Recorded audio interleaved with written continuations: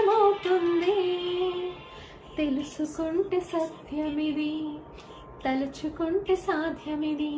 మౌనంగానే ఎదగమని మొక్క నీకు చెబుతుంది. ఎదిగిన కొద్ది